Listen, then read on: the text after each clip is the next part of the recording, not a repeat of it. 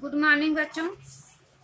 कल आप लोग का गोस्वामी तुलसीदास राम लक्ष्मण परशुराम संवाद का क्वेश्चन आंसर करा रही थी। तो कल 7 क्वेश्चन तक हुआ था, आज 8वां क्वेश्चन है। पाठ के आधार पर तुलसी के भाषा सौंदर्य की 10 पंक्तियां लिखिए। तो बच्चों इसमें क्या करना है, आप लोग को भाषा की विशेषताएं आपको बतानी है। तो तुलसीदास एक रस सिद्ध कवि हैं, उनकी भाषा रस की खान है। रामचरितमानस में उन्होंने अवधी भाषा का प्रयोग किया है। इसमें चौपाई और दोहा शैली को अपनाया गया है। दोनों छंद गेय हैं। तुलसी की प्रत्येक चौपाई संगीत के सुरों में ढली है। उन्होंने संस्कृत शब्दों को विशेष रूप से कोमल और संगीतमय बनाने का प्रयास किया। भाषा को कोमल बनाने के लिए उन्होंने कठोर वर्णों की जगह कोमल ध्वनियों का प्रयोग किया। जैसे श की जगह ड़ा की जगह ना, छ की जगह छा, या की जगह ई का प्रयोग किया है। टा ठा डा ढड़ा ये कठोर वर्ण होते हैं, इनका कम ही मात्रा में प्रयोग हुआ, क्योंकि कठोर वर्णों का प्रयोग करने से भाषा में कोमलता नहीं रह जाती। जैसे एग्जाम्पल है, नात संबुधन भंजनी हारा, या गुरहि उरिन होते श्रम थोरे।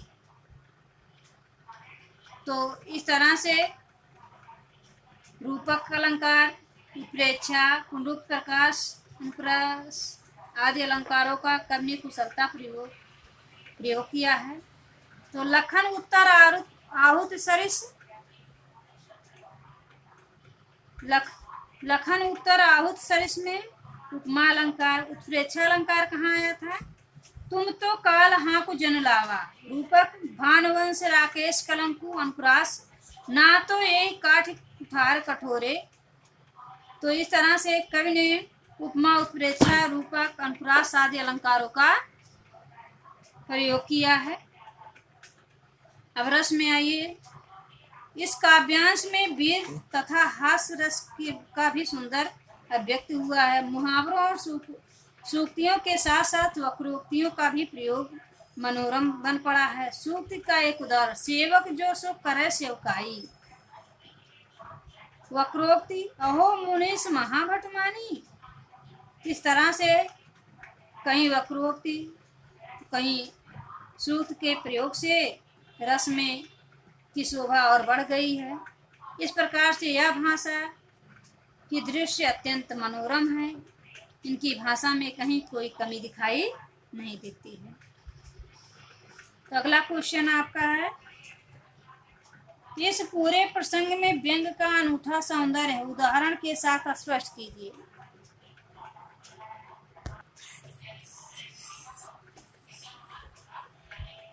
नवा क्वेश्चन है, इस पूरे प्रसंग में व्यंग का अनूठा सौंदर्य उदाहरण के साथ स्पष्ट कीजिए। तो बच्चों, आप लोगों ने अर्थ पढ़ा, तो उसमें दिखाया गया था कि कभी लक्ष्मण व्यंग बोलते हैं परशुराम की बात को सुनकर, तो कभी परशुराम का क्रोध भड़क उठता है, तो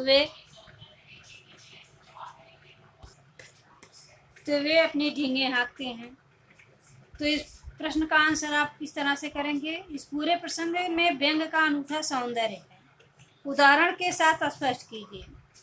तो प्रसंग के आरंभ में ही जब राम कहते हैं कि धनुष को तोड़ने वाला कोई आपका सेवक ही होगा, तब परशुराम व्यंग्यात्मक स्वर में कहते हैं कि शत्रुता का कार्य करके तो सेवकाई नहीं होती।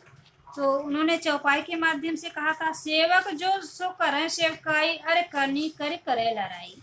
वहीं लक्ष्मण और परशुराम के बीच के संवाद तो एक दूसरे पर व्यंग्यात्मक प्रहार के उत्कृष्ट उदाहरण के रूप में प्रकट हुए हैं।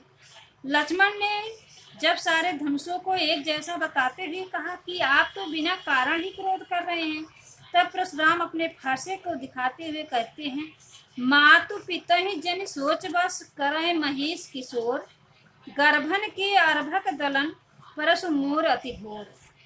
इस पर लक्ष्मण व्यंग करते हैं कि बार बार कुठार दिखाकर क्या आप फूंक से पहाड़ उड़ा देना चाहते हैं?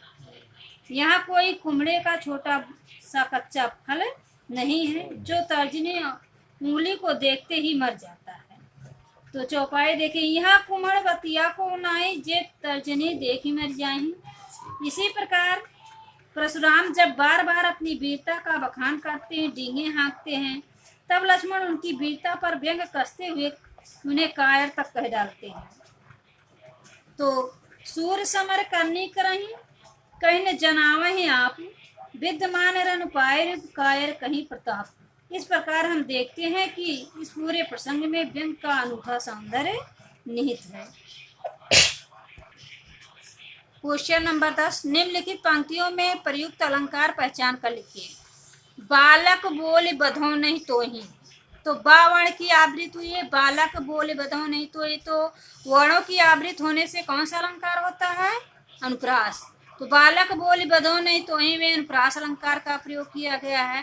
कोट कुलिस सम वचन तुम्हारा, कोट कुलिस सम, तो ध्यान से देखो बच्चों, कोट कुलिस का वर्ण की आवृत हुई, सम माने सामान, वचन तुम्हारा, वचन की तुलना किया गया, करोड़ों वज्र के सामान।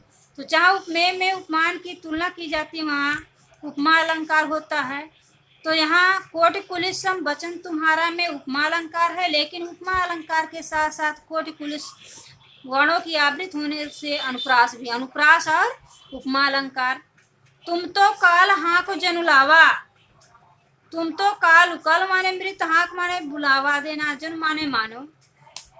तो यहाँ क्या है? उत्प्रेक्षा है। उपमेय में उपमान का की संभावना होने से उत्प्रेक्षा होता है। बार बार मोहि लागी बोलावा, बार बार में पुनरुक्त प्रकाश अलंकार है, लेकिन ऊपर की लाइन में तुम तो काल हाँक जनलावा, यहाँ उत्प्रेक्षा है, तुम तो में अनुप्रास भी हो सकता है। अनुप्रास, उत्प्रेक्षा, पुनरुक्त प्रकाश अलंकार का प्रयोग हुआ है। लखन उत्तर आहुत सरिस भृगवर कोप कृषाण, बढ़त देखी जल सम बचन बोले रकुल भान। तो लखन उत्तर आहुत सरिस, यहाँ क्या है?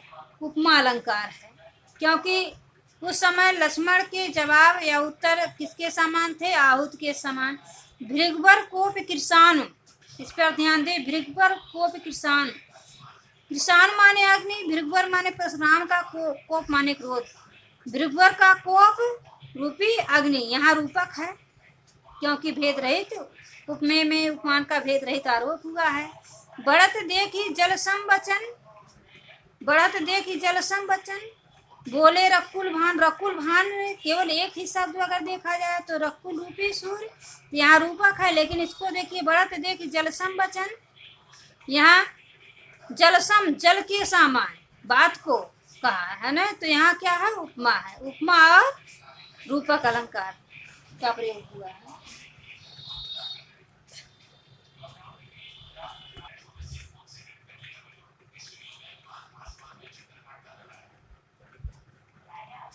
तो आगे रचना और अभिव्यक्ति। तो पहला क्वेश्चन है, सामाजिक जीवन में क्रोध की जरूरत बराबर पड़ती है।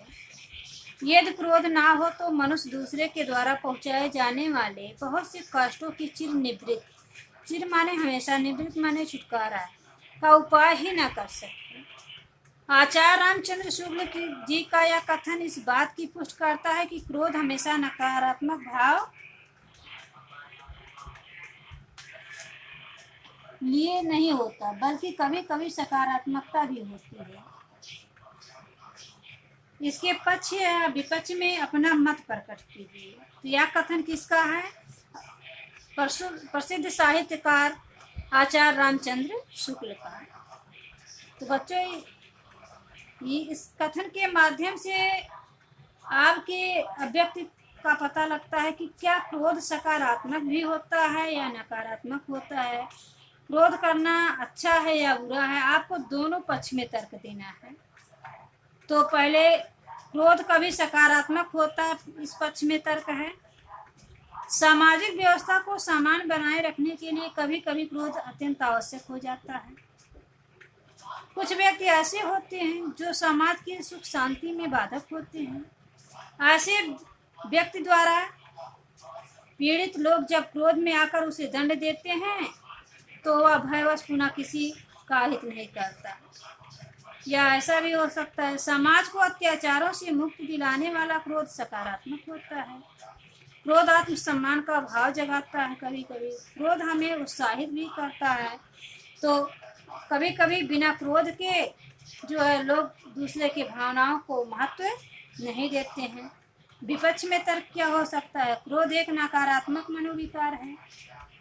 क्रोध हमारे विवेक को कुंठित कर देता है।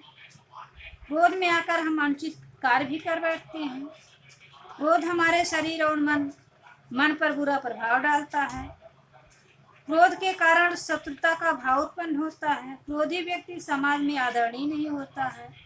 आचार्य रामचंद्र शुक्ल ने लिखा, क्रोध वैर या आचार का मुरब्बा है। तो इस तरह से क्रोध करना बुरा है, लेकिन कभी कभी समाज के लिए, देश के लिए या सामाजिक व्यवस्था को बनाए के रखने के लिए कभी कभी क्रोध दिखाना भी आवश्यक होता है।